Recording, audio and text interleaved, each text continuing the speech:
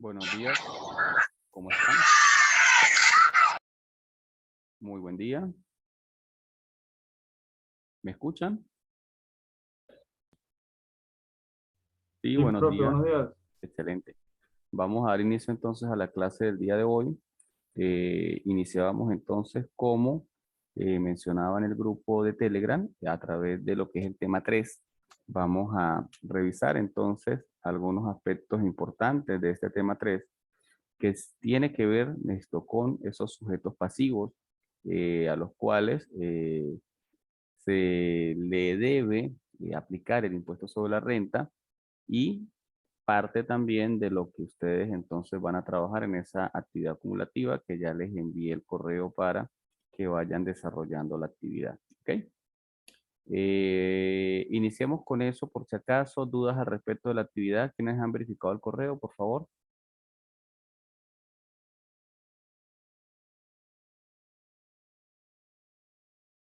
¿Aló? ¿Me escuchan? Sí, profe, yo ya lo leí, pero no tengo ninguna duda Sí, al respecto. profe. Dudas al Lo único, respecto. Me interesa tener claras las reglas del juego de lo que es la actividad, ¿sí? Porque pues una actividad que tiene 25% de ponderación. pues, profe, mi única duda es que usted quiere que la exposición sea como con los ejemplos que usted da en clase, ¿sí? Como el Eso es ejemplo correcto. que yo La contesté en el idea, salón. perfecto. La idea de la actividad, ¿cuál es? Inicialmente, cada uno de los temas, pues tiene su biblioteca virtual. Realmente aquí lo que vamos es tratar de visualizar cada uno del contenido de la ley de impuestos sobre la renta y la aplicabilidad dentro de lo que vimos en el tema 1, que eran los principios tributarios y lo que es la base constitucional de todos los tributos, donde no escapa entonces el impuesto sobre la renta. Pero adicionalmente de eso, en las clases vamos desarrollando cada uno de esos temas. Entonces, ¿qué se quiere decir esto? Que van a retroalimentarse a través de las clases grabadas que ustedes en esta oportunidad tienen y van a tratar entonces de llevar eso a ejemplos propios razonados y eso es parte de lo que yo quiero de ustedes. Es una forma entonces de hacer una retroalimentación de información, de hacer un proceso de enseñanza y además de eso, de que ese proceso de enseñanza ustedes puedan expresarlo a través de ese video que les solicito, ¿sí? Eso más o menos es el sentido de la actividad. Una de las cosas que indicaba dentro de ese correo es que no quisiera lectura de ningún tipo de material. No quiero lectura de material porque se pueden leer, a leer, a leer. No, no me interesa que lean, me interesa aquí ya que ustedes lo lean primero, estudien, lo analicen y traten de hacer un video explicando entonces todo lo que ustedes entienden sobre lo que nosotros hemos desarrollado en clase, ¿sí? Recordemos que no es del todo investigativo porque muchos de estos temas pues los estamos desarrollando aquí en clase, pero a veces el profesor habla y entonces la idea es retroalimentar eso, pero muchas veces también surgen distintas interrogantes por parte de ustedes que generan entonces esa posibilidad de conocimiento. Eso también quiero que quede de una u otra forma plasmado dentro de la exposición que ustedes van a realizar. Sí, más o menos ese es como el sentido de lo que quisiera sobre la base de esa evaluación y a la vez pues estamos haciendo ese proceso de repaso sobre lo que sería el contenido de ese primer parcial. Pero sin embargo quiero saber qué dudas puedan tener al respecto. Eso es algo que es importante porque pues bueno, ya está identificada la fecha de entrega de esa actividad.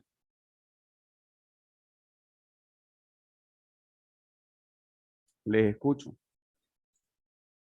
Profe, yo tengo una pequeña duda. Dime, Natalie. En la exposición, el video tiene que ser completamente seguido, o yo puedo cortar algunos pedazos, o sea, si lo puedo editar. No, no hay derecho a la edición. Necesito que sea corrido para que obviamente pues se vea la fluidez de toda la información. Lo que sí también es interesante que se integren cada uno de esos temas en la exposición, porque se supone que lleva una secuencia, entonces que se haga una integración sobre eso. Sí, eso no significa que Natalie puedas utilizar material de apoyo.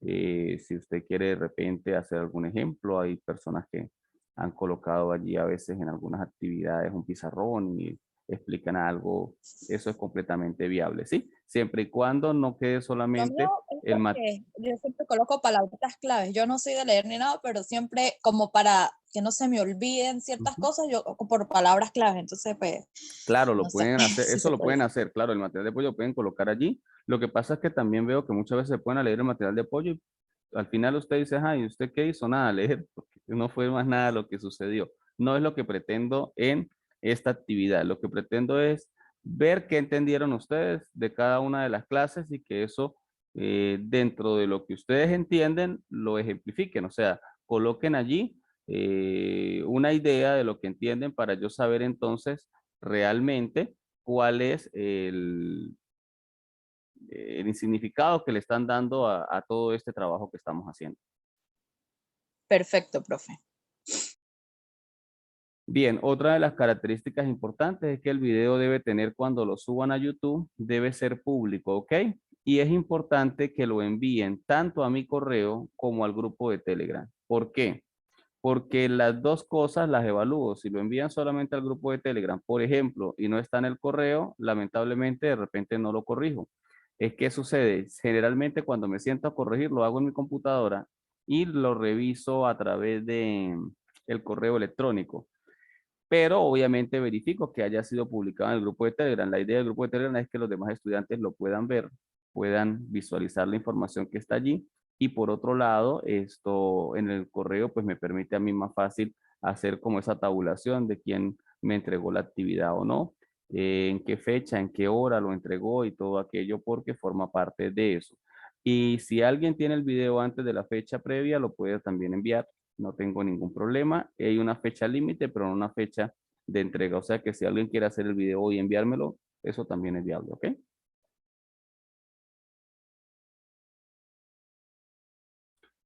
Bien, vamos entonces a iniciar. Hay poquita participación. Estaba también esperando a ver si alguien más ingresaba. Solamente hay 8 estudiantes en la clase de hoy. Bastante limitado el número de participantes, ¿no? Pues recuerden que son más de 70 estudiantes. Eso pues es preocupante, pero bueno.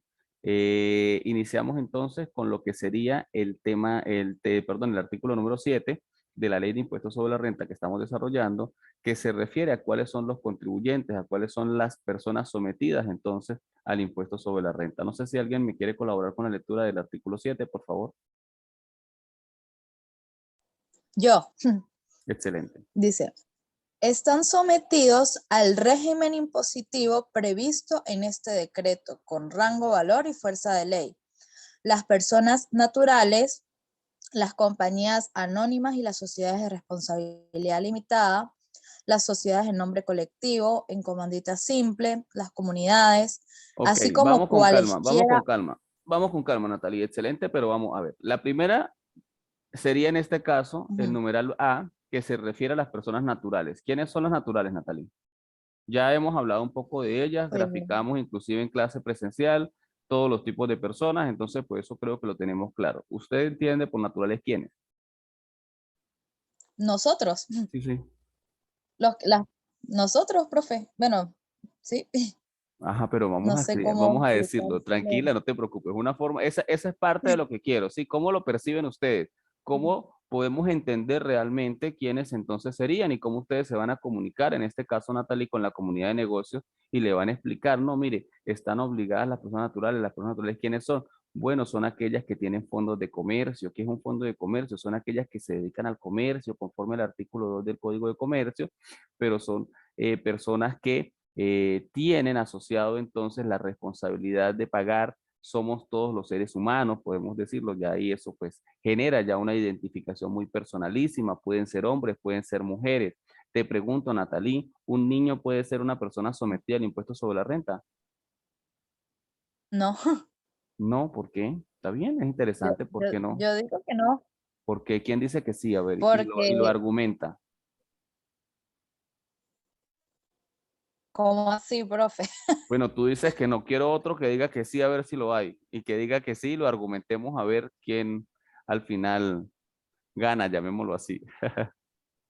O sea, porque es que me acabo de dar cuenta que tenía entonces una confusión, Perfecto. porque yo decía como que, ok, las personas jurídicas son aquellas que tienen empresas y todo eso, pues que están como metidas en ese mundo del comercio y todo, y las personas naturales son las que no, Eso es lo que, ese es como mi concepto, Tu por eso dije concepto. nosotros. Ok, entonces Ajá. vamos a mejorar ese concepto. Primero, Natalie, las personas naturales, cuando estábamos en legislación mercantil, nosotros veíamos que habían distintas formas de ir a un registro mercantil y constituirnos como comerciantes. Una de esas era hacerlo a través de sociedades mercantiles, ¿sí?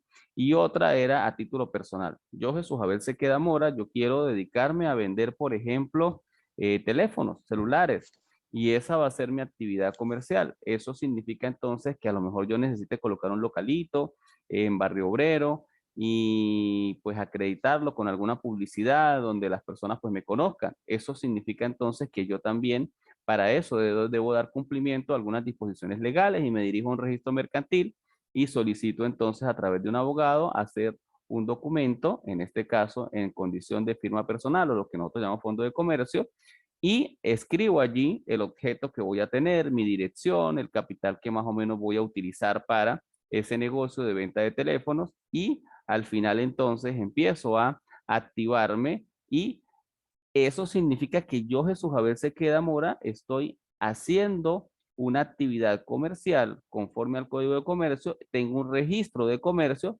pero yo sigo siendo persona natural, ¿ok?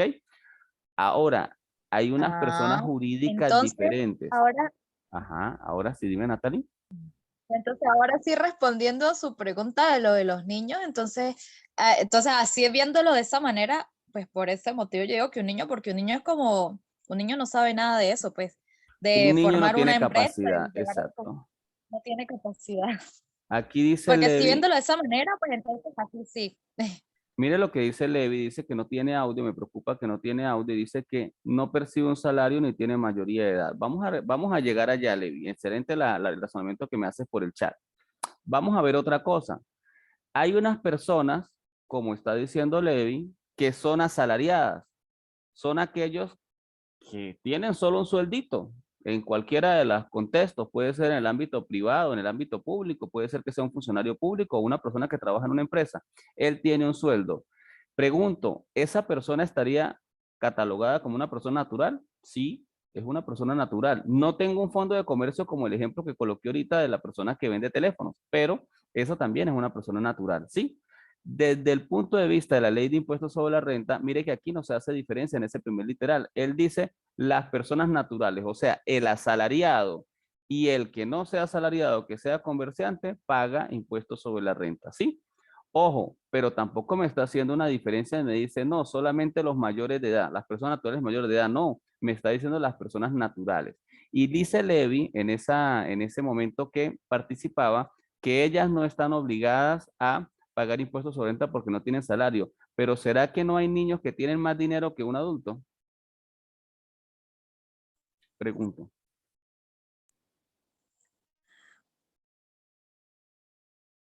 A ver, Natalie, Puede ser, imagínese que puede tengamos ser. un niño que quede huérfano de los dos padres porque tuvieron un accidente de tránsito y el niño resulta de que los papás eran dueños de 5 empresas y pues esas empresas son más o menos importantes, generan unos dividendos comerciales. El niño tiene solamente 8 meses, vamos a ponerlo que ni siquiera camina, ¿sí? Tiene 8 meses. ¿Será que ese niño estará obligado a tributar?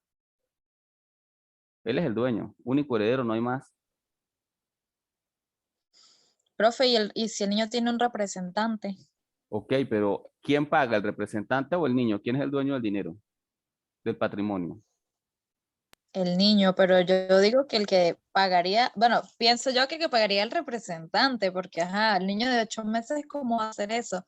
Es lo Pero que ¿quién yo es el pienso. obligado? Sí, me Perfecto, Natalie. Está muy bien su razonamiento. Pero ¿quién es el obligado al final? El representante. El El niño. representante se gana un salario a través de un tribunal, lo nombran tutor, ¿sí? En este caso, de ese niño, de ese menor de edad, ¿sí? Y eso no Ajá. significa que él es el propietario ahora del patrimonio del niño. El niño es quien es dueño de esas acciones que representaban sus padres, de esas organizaciones, Ujú. pudiera haber tenido hasta un fondo de comercio, ahora es transmisible por condiciones sucesorales a ese niño y eso produce utilidad. Seguramente produce utilidad, hay una rentabilidad y al final del ejercicio económico seguramente esa empresa debe decretar dividendos, o sea, ese niño va a recibir todo ese dinero de esas organizaciones empresariales. Y eso entonces implica que ese niño es una persona natural. ¿De quién es el dinero? ¿Del representante o del niño? Del niño. El representante, por muy familiar que sea, puede ser la abuela, puede ser el tío, es un tutor. El tribunal solamente va a permitir que ese representante se gane un salario.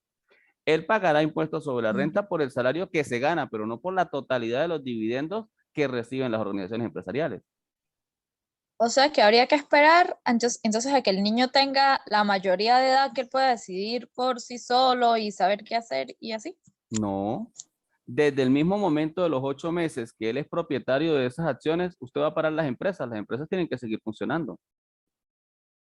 Se nombrará en cada empresa un factor comercial, significa eso, o un factor mercantil, una persona que sea el administrador de la empresa, ¿sí? Y obviamente el tutor Ajá. representará los intereses de ese niño allá revisando todas las actuaciones que se realicen, pero esos ingresos siguen dándose y esa empresa sigue tributando. Eso significa que sí es cierto, ese niño va a tener que pagar no solo impuestos sobre la renta, va a pagar IVA, va a pagar retenciones de IVA cada 15 días. Eso no para y él no tiene ni siquiera uso de razón. Él no entiende qué está sucediendo, pero por el hecho simplemente de tener ese patrimonio, estaría obligado tributariamente a coayudar. Entonces, ahí es donde quiero llevarlos con el tema de la ley. ¿Cómo es realmente se entiende una persona natural? Aquí no estamos hablando de minoridad, no estamos hablando de capacidad, de que el niño razone y por sí solo pueda comprender qué sucede. De hecho, él no tiene capacidad hasta que no tenga los 18 años, exceptuando que se emancipe, ¿sí? Pero eso no quiere decir que tributariamente esté obligado. Dependiendo del principio tributario, la capacidad contributiva, ese niño tiene una serie de ingresos y eso hace entonces que esté obligado al pago de tributos. Esas son cosas que queremos aclarar realmente. Y tenemos el otro ejemplo que es la persona que tiene un fondo de comercio, que era la segunda confusión. Se pensaba, según su análisis, de que esa persona no pagaba. No, es que hay una diferencia. Si es un fondo de comercio, sigo siendo persona natural. Que tenga un fondo de comercio no significa que yo siga siendo una persona natural. Entonces, como persona natural es que voy a pagar el impuesto sobre la renta. La única diferencia es que una persona natural es asalariada y la otra es no asalariada. ¿Quién es el no asalariado? El dueño del fondo de comercio. ¿Quién es asalariada? Esa persona que les puse el ejemplo que era el que recibía un sueldo. Y está el caso del niño que es un menor de edad sin capacidad, que también tiene una propiedad, una cantidad de propiedades que generan dividendos y que generan entonces la obligación de tributar.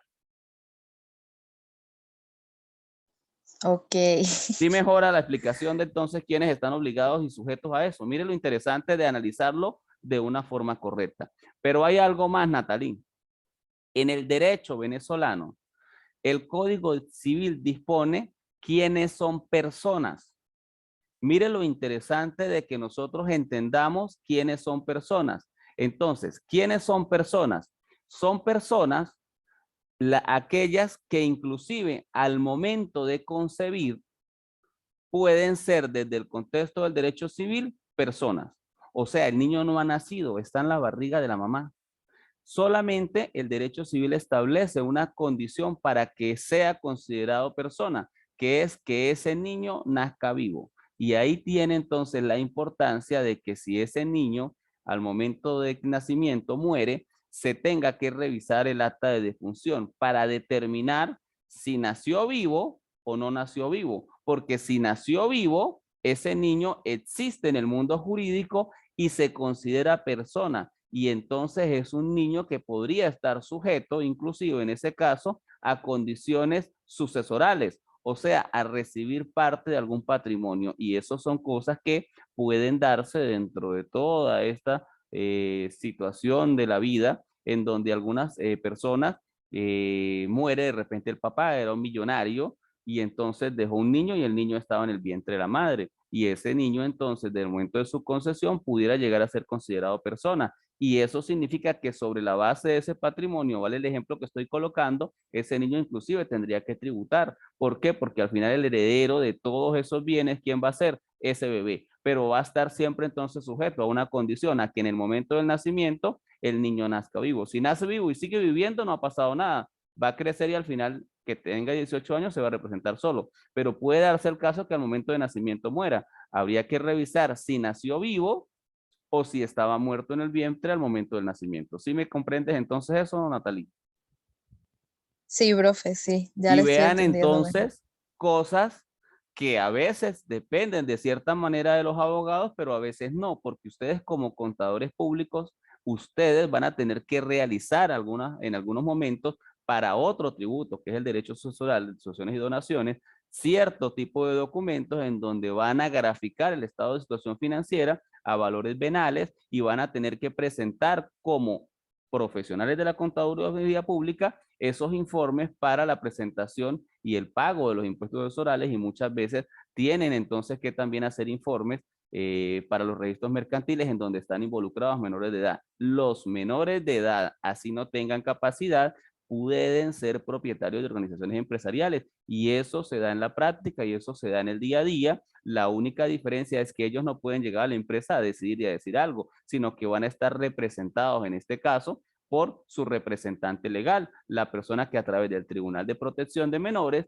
se ha decidido que le represente todos sus intereses. Y eso significa que ese representante, sea su familiar o no sea su familiar, sencillamente va a tener solamente un salario, llamémoslo así, por lo que está realizando, y adicionalmente eso, todo ese dinero va a formar parte del patrimonio de ese niño y significa entonces que ese niño tributa. Entonces, hay cosas que se salen de lo que podemos ver del común denominador, pero que suceden y que debo entonces, dentro del contexto de la clase, explicarlo, ¿sí? ¿Dudas al respecto? Los escucho. Mire que es un tema bonito. Buen No, día, profe, profe. Buenos ya no días. quedé con duda. ¿Se puede decir en conclusión que las personas naturales son todas aquellas que obtienen ingresos? Para efectos del impuesto sobre la renta son todas aquellas que obtienen ingresos. Eso sí me gusta, esa definición me gusta. Las personas naturales no son todas aquellas que obtienen ingresos, son todas las personas que existen, que sean de carne y hueso y que tengan sangre por dentro y se muevan, ¿sí? Que tengan del género humano, pues. Pero las que tributan desde la base del impuesto sobre la renta, sí son esas que usted indica que son las que tienen ingresos. Pueden ser niños, pueden ser adolescentes o pueden ser personas adultas, y pueden ser inclusive personas adultas sin capacidad, porque ese es otro de los casos. Hay personas que son adultas y por cosa de la vida, por un accidente o lo que sea, pierden su capacidad de razonamiento, entonces no tienen capacidad para tomar decisiones, son inhabilitados mercantilmente, y también entonces tienen que ser nombrados representantes legales para que representen sus intereses. Y así sea esa persona con esa situación mental difícil, esa persona tiene que pagar impuestos sobre la renta porque tiene dividendos, tiene ingresos, que no sabe que tiene mucho dinero, a lo mejor sí, eso puede suceder. O puede ser un niño con una condición especial o un adulto con una condición especial, un síndrome de Down, cualquier situación de esa, pero que está asociado a que tiene una cantidad de dinero atribuible a cualquier situación, puede ser hereditaria o puede ser que en algún momento de la vida, como decía, fue un accidente lo que sucedió. Antes de eso, pues era una persona normal y obtuvo un patrimonio, y ese patrimonio se puede mantener en el tiempo, ¿ok?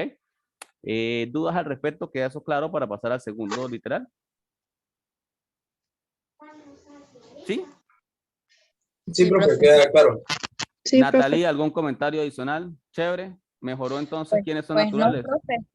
O sea, ya yo creo que ya ahora sí siento que sí le entendí el punto, porque cuando yo le respondí sobre lo del tutor, como que, ajá, pero él tiene una persona que lo representa, claro, obviamente esa persona es la que se va a encargar de administrarle y pagarle todo eso, pero ante los ojos de la ley, o sea, el que está pagando es el niño, solo Exactamente. que otra persona es la que le está haciendo ese trabajo, entonces ya le entendí. Esa era la respuesta, o sea, que el niño sí pagaba, Excelente. pero la otra persona era la que le hacía el trabajo. Magnífico, Natalie, excelente. Bien, el literal B que tú entonces mencionaste, decías las compañías anónimas y las sociedades de responsabilidad limitada.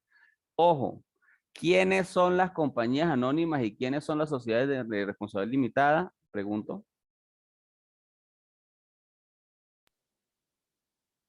Pues, profe, yo que recuerde las compañías anónimas, pues eran aquellas en las que estaban representadas por acciones, o sea, que la empresa, este, las empresas, aquellas que decretan acciones y todo eso, son Ujú. las que se manejan por acciones, pues. Ajá, ¿alguien más que me ayude con esa explicación?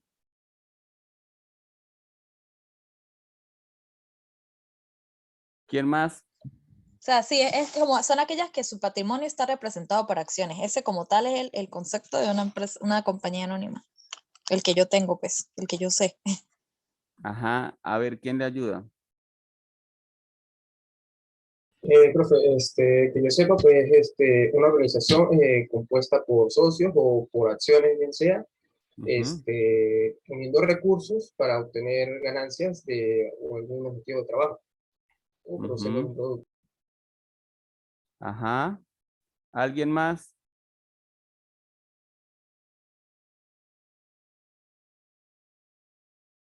Estoy buscándoles aquí una imagen, a ver si les recuerdo la memoria de legislación mercantil. ¿Quién más?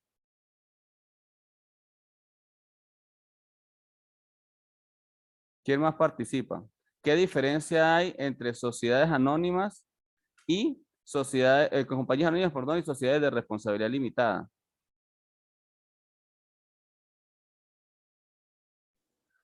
Yo casi no, el de responsabilidad limitada, sí, de verdad, no recuerdo, pero el de la sociedad anónima, pues sí, el que yo le dije. Ujú. Aquí tengo la imagen. Ya se la voy a pasar. Ok. Se las envío al grupo de Telegram. Vamos a revisar esta imagen que les voy a pasar al grupo de Telegram.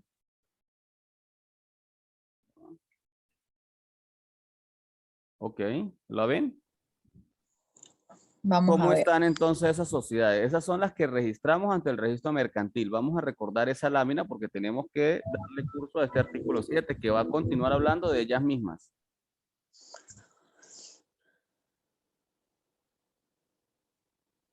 Profe, no ha llegado nada para Telegram. Ahí estoy enviándolo. Ahora sí. Ujú. Vamos a recordar estas clases que tuvo que haberse dado su profesor porque es la base obviamente de lo que estamos hablando ahorita, ¿sí? Para poderlas identificar.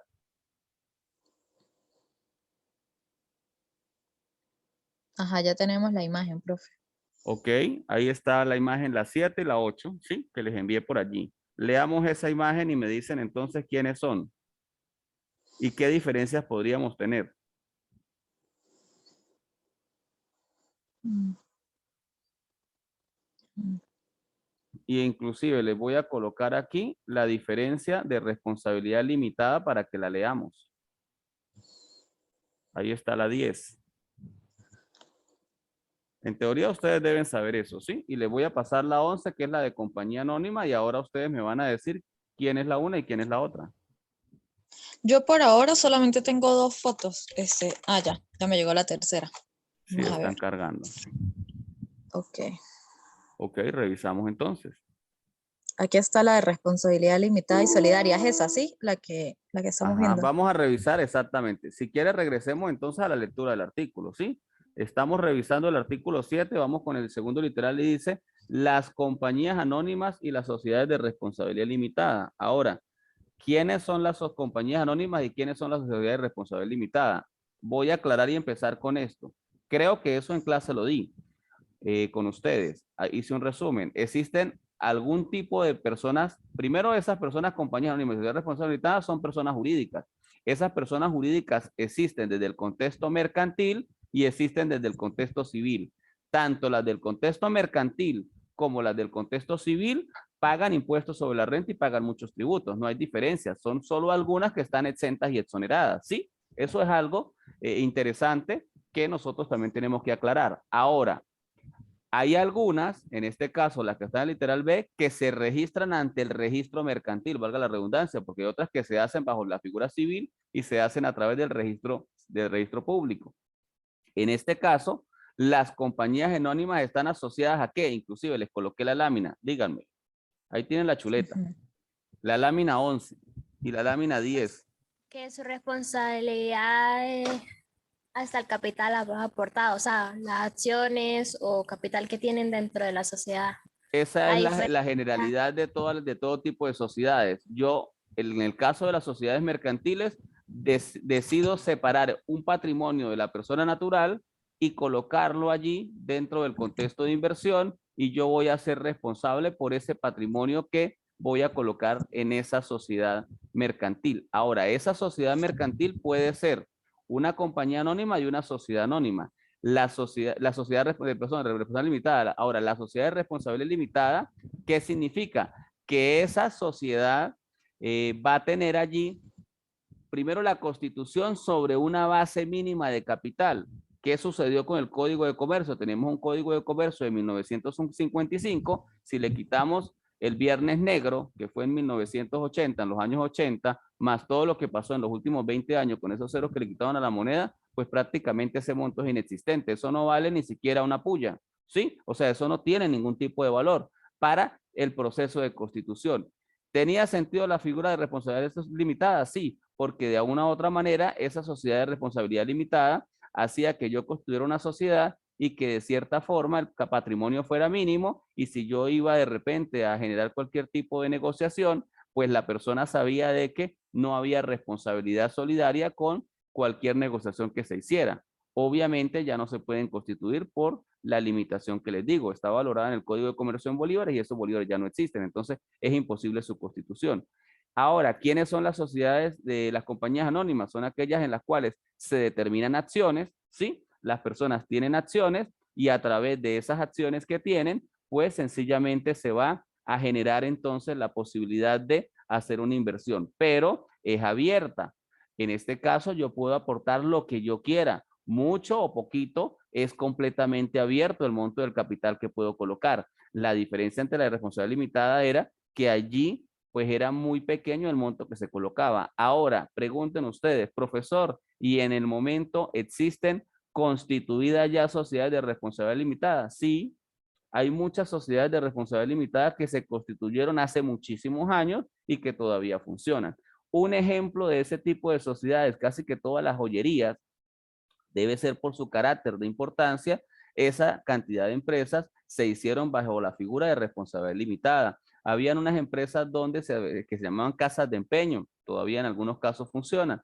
Esas sociedades de empeño fueron constituidas bajo esa figura de sociedad limitada. ¿Y qué sucedió? Bueno, que le pusieron 100 años de vida y obviamente no han pasado 100 años y significa entonces que esas empresas siguen llevando su libro diario, su libro mayor y su libro de inventario. No se puede crear una nueva, pero las que existen, hasta tanto el documento les permita su funcionamiento, se debe continuar con ese trabajo. ¿Cuánto es el capital de una sociedad esa? Nada, porque con esas reconversiones eso vale 0 bolívares, pero existen en el mundo jurídico porque en su momento fueron constituidas, tienen, como se dice, su partida de nacimiento, y en esa partida de nacimiento, que es el registro de la compañía, aparece su funcionamiento estatutario y además de eso aparece su fecha límite dentro del mundo jurídico. Entonces esa persona tiene deberes y tiene derechos. Por eso todavía el código trae ese tipo de organización y lo coloca como una figura. Muchas veces el profesor de mercantil decía, no, eso ya casi que no se usa.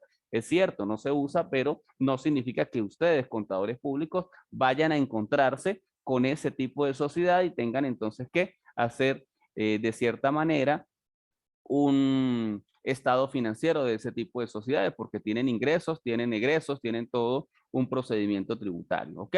Entonces se aclara en el artículo 7 que todas las compañías anónimas y que todas las sociedades de responsabilidad limitada son sujetos pasivos sometidos al impuesto sobre la renta. ¿Dudas al respecto? No, profe. Bien, vamos No, al profe. C. ¿Sí? ¿Sí? ¿Alguien me decía algo? Bien, vamos No, al C. Perfecto, vamos al C.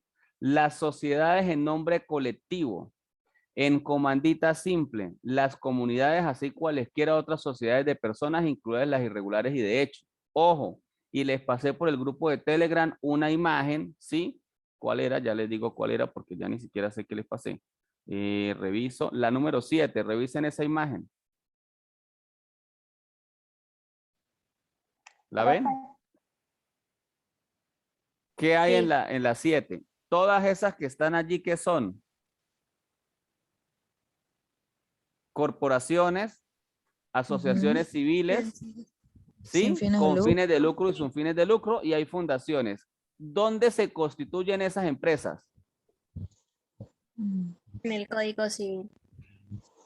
Y nosotros tenemos la creencia que nosotros solamente constituimos empresas a través de los registros mercantiles, muchachos. No, se hace también muchas veces personas jurídicas a través de los registros públicos.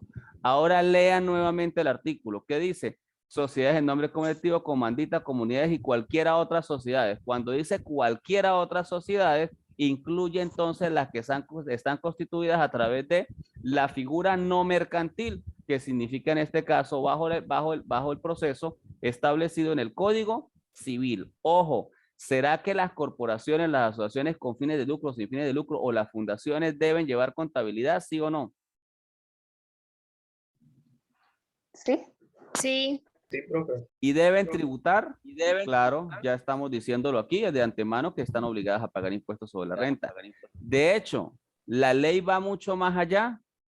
Está diciendo al final del literal C, dice, incluidas las irregulares o de hecho. ¿Qué significa eso? Profe, usted en clase, en una de las Ajá. clases creo que eran las que no estaban registradas en el registro mercantil. Perfecto. En este caso vamos a suponer el ejemplo que de repente Natalie, ¿sí? Quiere entonces asociarse con Andri Jaime, que está aquí conectada, ¿sí? Y deciden entonces, les coloqué el ejemplo de una fotocopiadora fuera de la universidad, sí es correcto, pero no registraron nada, pero eso va a producir dividendos. Eso significa que todos esos, llamémoslos así, contribuyentes informales, ¿sí? Así se han llamado durante mucho tiempo, están obligados al pago ¿de qué? Sí, De del impuesto. impuesto sobre la renta. Y luego de eso, de esa lámina 7, les pasé una lámina 8. Y mire cómo vamos a graficar más en esa lámina 8 esas sociedades que están allí. La lámina 8 muestra ya no las que se constituyen a través del registro del Código Civil, sino las que se constituyen a través del Código de Comercio. Pero esas Comercio. están catalogadas en dos tipos. Las sociedades de personas y las sociedades ¿de qué? Capital. De capital. ¿Y a qué se diferencia las unas de las otras? Bueno, que las unas están constituidas por acciones y las otras están constituidas por, y se denominan accionistas, y las otras prácticamente son, en este caso, socios. Y en el caso de las sociedades de personas, son sociedades donde la responsabilidad depende de quién, del socio, no de la compañía como figura jurídica. O sea, yo soy realmente el responsable de esa organización, y dentro de las sociedades de personas tenemos dos, las de nombre colectivo y las de comanditas. Y obviamente las de comanditas está la simple y está la de acciones. Esas son las clasificaciones. ¿Que están en desuso? Sí, pero se pueden crear, todavía esas se pueden crear. Nadie las quiere, pero ahí están, porque nadie quiere responsabilizarse a título personal de todo lo que corresponda a el funcionamiento de esa persona jurídica. ¿Sí, así nos entendemos o no? Sí, profe. Sí, profe.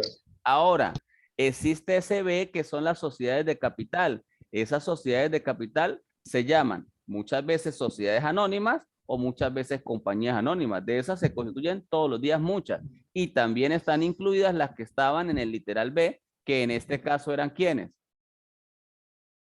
las sociedades de responsabilidad limitada. Las sociedades de responsabilidad limitada. Leemos entonces hasta ahora el artículo 7. Ya sabemos quiénes son las naturales. Ya sabemos quiénes son las compañías anónimas que están en el B. Son las que están la responsabilidad limitada a las acciones. ¿Sí es correcto? Las sociedades de responsabilidad limitada y las comanditas están responsabilizadas por acciones, por cuotas de participación. Pero luego vienen las sociedades de personas que están en el C, que son las de nombre colectivo, las de comandita simple, las de comunidades y cualquiera otra sociedades de personas, incluidas las irregulares de hecho. Pregunto, ¿saben qué es una sucesión?